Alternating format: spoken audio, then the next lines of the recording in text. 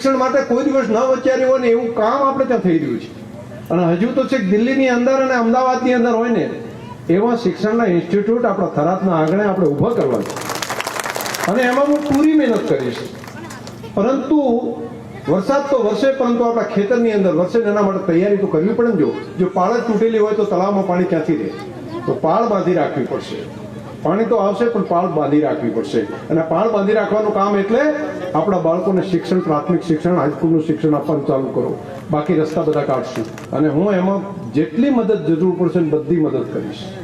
પણ બધા દીકરાને ભણાવવાનું કામ કરો. 10-20 વર્ષ આ જ કામની અંદર બધા લાગો કે આપણે આપણા દીકરીને ખૂબ સારું શિક્ષણ આપવું છે. અને બીજું કામ, આપણા કુટુંબમાં, પરિવારમાં, ઘરમાં કોઈ પણ પ્રકારનું વ્યસન હોય તો વ્યસનમાંથી આપણું કુટુંબ, પરિવાર, ઘર બહાર આવે એવું કરો. 2 કામ કરો. વ્યસનને છોડી દો, શિક્ષણને પકડી લો. આ 2 કામ કરો, જીવન બદલાઈ જશે.